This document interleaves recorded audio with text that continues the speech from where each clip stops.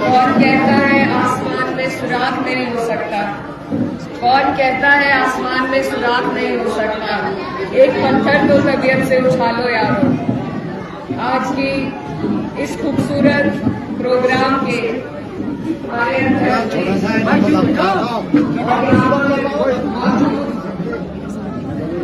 सभी हमारे क्षेत्र के आसपास के इलाके के आए हुए बड़े बुजुर्ग भाई, आज मैं किसी का नाम नहीं लूंगी, माफी चाहती हूँ आप सबसे। आज मैं सिर्फ आज के दिन के नायक के लिए आज का दिन छोड़ना चाहती हूँ। हमारे सभी के बड़े बुजुर्ग, एक ऐसे व्यक्ति जिन्होंने इतनी मेहनत करी, हर तरह की कुर्बानी दी और जिनकी मेहनत का नतीजा है कि आज हम इस कार्यक्रम में आए हैं, एक स्कूल के उद्घाटन के कार्यक्रम में आए हैं।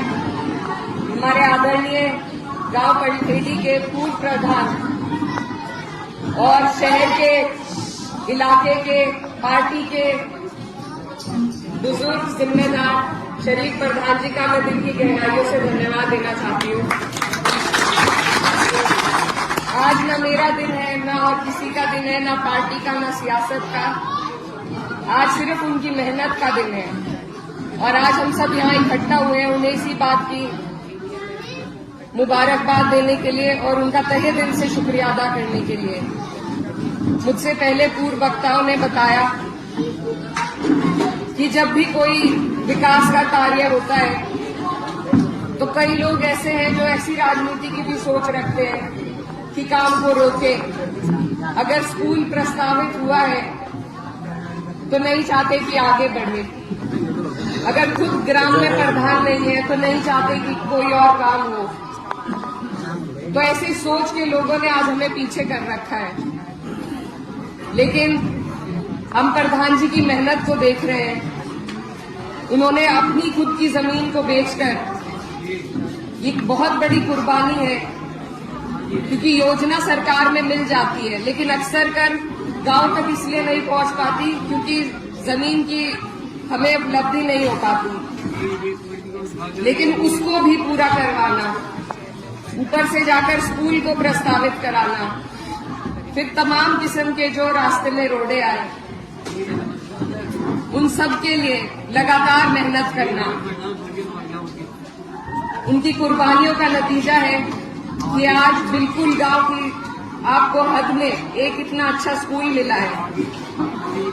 गरीब के लिए अगर कोई चीज सबसे जरूरी है तो वो सरकारी स्कूल होता है। प्राइवेट स्कूल्स की एक अपनी जगह होती है लेकिन वहां सबके बच्चे नहीं पढ़ सकते। ये ऐसी चीजें हैं सरकार की तरफ से जो आनी चाहिए। आज सरकार, मैं खिलाफ नहीं हूं इस बात के क्योंकि गुर्बत हमारे यहाँ इतनी हो गई है कि सरकार को राशन बांटना पड़ रहा है, लेकिन अगर अपनी नीति को सुधार कर सरकार हमें शिक्षा दे, स्वास्थ्य की योजनाएं दे, तो मुझे लगता है वो हमारे देश की और हमारे लोगों की बुनियाद को ज्यादा मजबूत करेगा। आज जो चल रहा है मजबूरी है लोगों की भी, लेकिन उससे किसी की जड़ें मजबूत नहीं हो रही है। मजबूती हमें तभी मिलेगी जब इस तरह के विकास के कार्य हर गांव में होंगे। तो मुझे बहुत खुशी है, हमारा इसमें कोई योगदान नहीं रहा। जो चीज जो मेहनत पर आ चुकी थी, क्योंकि आपने इस काबिल बनाया, ऐसे पद पे बिठाया, तो मैं नहीं मानती एक आधा फोन करने से, एक आधी मीटिंग करने से हमने इसमें कुछ ज्यादा किया है। ये सारी मेहनत आप सबकी है, प्रधान जी की है, जितने लोग यहाँ पर बैठे हैं, तो आप सबको मैं दिल की गहराई से धन्यवाद देना चाहती हूँ। और अगर इस तरीके से हर गांव का जिम्मेदार अपने गांव में मेहनत करे, खुद मेहनत करे कि गांव में स्कूल बन सके, अस्पताल आ सके, हमारे बच्चों की तालीम के लिए, उनके मुस्तकबिल के लिए हम कुछ कर सके, तो मुझे लगता है हम बहुत आगे निकल जाएंगे। जो पिछड़ापन है उसको दूर हम कर देंगे। अधिकारी अरशद साहब ने बहुत अच्छी बात कही। कलम की ताकत आप सबको हमें बताई। मैं उनकी बात बिल्कुल 100 के 100 मैं उनकी बात को मानती हूँ और ये उनकी बात में जोड़ना चाहती हूँ कि सिर्फ तालीम, शिक्षा वो उजाला है जो हमें अंधकार से निकाल सकता है। मैं अपनी भी बात कहना चाहूंगी कि मेरे में कोई ऐसी खासियत नहीं थी, सिर्फ जो आत्मविश्वास था आप सबके प्यार का था और जो तालीम मुझे मिल पाई उसके बदौलत मैं आज भी आपके बीच आत्मसम्मान के साथ, आत्मविश्वास के साथ खड़ी हो पाती हूँ। अगर हमारे क्षेत्र की हर बेटी को हम पढ़ाएं, आगे बढ़ाएं, हर भाई अगर हमारा तालीम पे ध्यान दे, तभी हमारे देश को, हमारे लोगों को, हमारे इलाके को तरक्की मिल पाएगी। हम अक्सर आपसी राजनीति में दूरदर्शिता को नजरअंदाज कर देते हैं। ये सोचते हैं रोज के झगड़ों में उलझ जाए, लेकिन अगर ध्यान देने की चीज है तो वो यही चीजें हैं कि कौन बुनियादी हमारी जो जरूरत है उन्हें पूरा कर रहा है। तो हर गांव में अगर इसी तरीके से मेहनत हो तो आप और हम, फिर हमें किसी की जरूरत नहीं पड़ेगी। जैसा अभी अंबेडकर जयंती परसों थी और सिर्फ एक वाहिद व्यक्ति बाबा साहब भीमराव अंबेडकर जी ने अपनी पूरी कौम को, न सिर्फ कौम को, अपने पूरे मुल्क को, हर जात, बिरादरी, धर्म के लोगों को उनके अधिकार दिलाने का जो प्रयास किया और जो संविधान हमें देकर गए हैं वो सिर्फ इसलिए क्योंकि वो पढ़े लिखे थे, शिक्षित थे, अपने अधिकारों को जानते थे। आज की राजनीति भी हमें हमारे अधिकारों से दूर कर रही है क्योंकि सरकारें जानती हैं कि हम सवाल नहीं करेंगे। हम वहां तक पहुंच ही नहीं पाए हैं आज तक कि हम सवाल नहीं करेंगे। अंबेडकर जी ने यह भी कहा था कि सरकार आपको सब चीजें देगी लेकिन शिक्षा नहीं देगी, क्योंकि अगर आपको शिक्षा मिल गई तभी आप उनसे सवाल करेंगे, तभी आप अपने अधिकारों की लड़ाई लड़ पाएंगे। तो हमें अगर सम्मान के साथ जीना है, अपने अधिकारों की सुरक्षा करनी है, तो हमारे एक एक बच्चे को तालीम याफ्ता होना बेहद जरूरी है।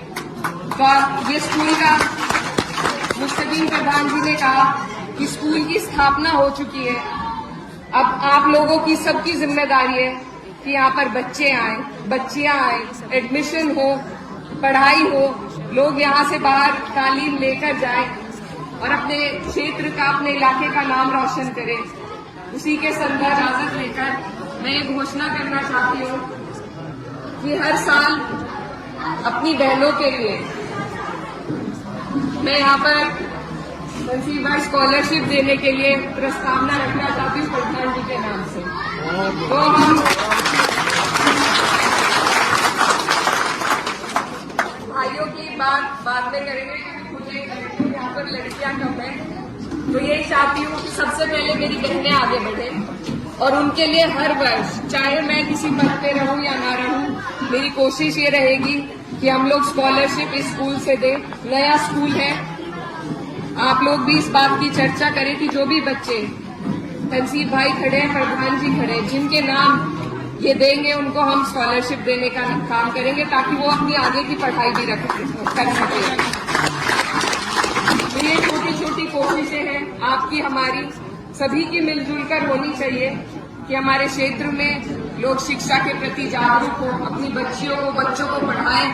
फिर किसी नेता की, किसी उसकी हमें जरूरत भी नहीं रहेगी और नेताओं से भी झगड़ों की, आपस की लड़ाई की बात को छोड़कर अगर सवाल शिक्षा पर हो, स्वास्थ्य पर हो, बुनियादी चीजों पर हो, अगर हम राजनीति की दिशा को धर्म जात पात से हटाकर शिक्षा और स्वास्थ्य के सवालों पर, तो ये जो नफरत फैलाने वाले लोग हैं, ये जो लड़ाई करने वाले लोग हैं, इनके मुंह पर आप ताला लगा देंगे।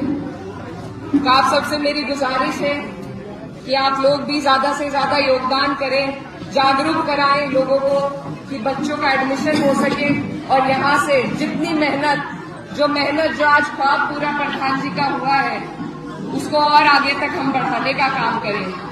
अभी तनसीब भाई ने एक शेर पढ़ा था प्रधान जी के लिए, तो मैं उसी को आगे पूरा करना चाहती हूँ कि लोगों ने फकत मुंह के निवाले देखे, कौन है वो जिसने मेरे पांव के छाले देखे।